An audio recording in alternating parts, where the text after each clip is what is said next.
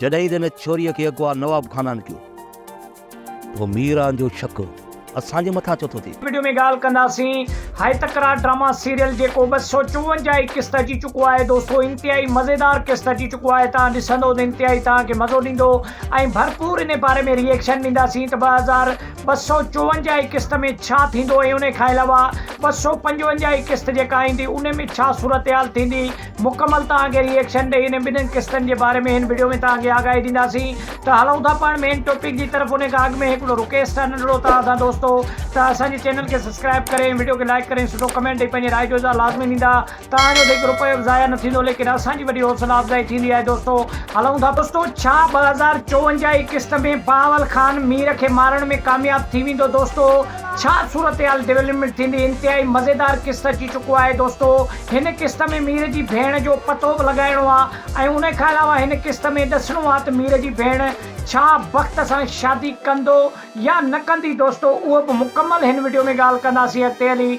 त छा अॻिते हली वक़्त सुहिणीअ सां निकाह कंदो जेका मीर जी भेण आहे दोस्तों, या उन खां जेको आहे सो मीर जी भेण सुहिणीअ सां शादी करण खां इनकार कंदो दोस्तों। छा थींदो? हींअर त बाज़ाब्ता लॻे ईअं थो त वक़्त सुहिणीअ सां निकाह करे छॾींदो लेकिन अॻिते छा सूरत हाल थींदो तव्हांखे छा हली अॻिते? मीर वक़्त जो पीछो कंदो? छा पंहिंजी भेण जो सुराग लॻाए सघंदो त मुंहिंजी भेण कंहिं वटि क़ैदा ऐं किथे क़ैदा दोस्तों? छाजे करे मीर ॾींहुं राति इन कोशिश में आहे त मां पंहिंजी भेण जो पतो लॻायां ऐं उन खां अलावा मीर जेको आहे मीर वक़्त जो इंतिहाई घणो पीछो कंदो ऐं उन खां अलावा कोशिश कंदो त जल्द सां जल्द पंहिंजी भेण खे हिननि जे छा अॻिते हली नवाब खान पंहिंजी चालाकियुनि में कामयाब थींदो? छाजे करे इहो तव्हांखे ख़बर आहे त हिन ड्रामा सीरियल में नवाब खान जो इंतिहाई शातिर रोल आहे दोस्तों। इंतिहाई ख़तरनाक रोल आहे। जेके चालाकियूं करे जेको आहे सो बनबरियूं करे पाण खे आज़ादु करे ॿियनि खे विढ़ाए छॾींदो आहे दोस्तों। त छा इन जे चालाकियुनि में पंहिंजनि में कामयाब थींदो या अॻिते हली न? तरफ़ बावल खान मीर खे माराइण जे लाइ इंतिहाई घणी कोशिश कंदो दोस्तों। कुझु माण्हुनि खे बि जेको आहे सो आणींदो अॻियां जिन्हनि खे 5 रुपया ॾेई लालच ॾेई मीर खे क़तल कराइण जी कोशिश कंदो हिन ड्रामा सीरियल में। छा वाकई मीर क़तल थी वेंदो दोस्तों हिन ड्रामा? पर दोस्तों अॻिते हली मीर खे इंतिहाई घणो वक़्त ते शक थी वेंदो दोस्तों। पोइ उन खां पोइ वक़्त जो पीछो कंदो मीर ऐं मीर ॾिसंदो त वक़्त मुंहिंजी भेण खे किथे लिकायो आहे। छाजे करे मीर खे 100% शक थी वेंदो त वक़्त ई मुंहिंजी भेण खे अगवा कयो आहे ऐं वक़्त ई मुंहिंजी भेण खे लिकायो आहे दोस्तों।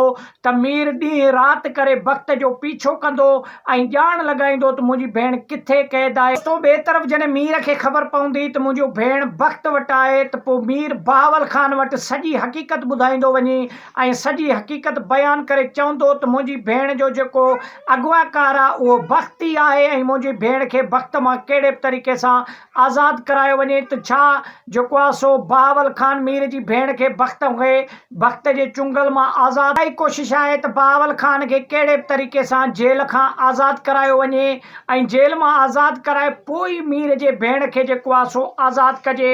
त दोस्तों छा बावल खान जेल मां आज़ादु थी वेंदो? दोस्तों तव्हांखे ख़बर आहे त बावल खान इंतिहाई शातिर आहे ऐं हुन जा जेके मनसूबा आहिनि उन्हनि में सभिनीनि में बावल खान कामयाब थी वेंदो दोस्तों। हिननि खे पाण में वेढ़ाए ऐं हिननि खे पाण में मूसा वारनि खे टकराए दोस्तों।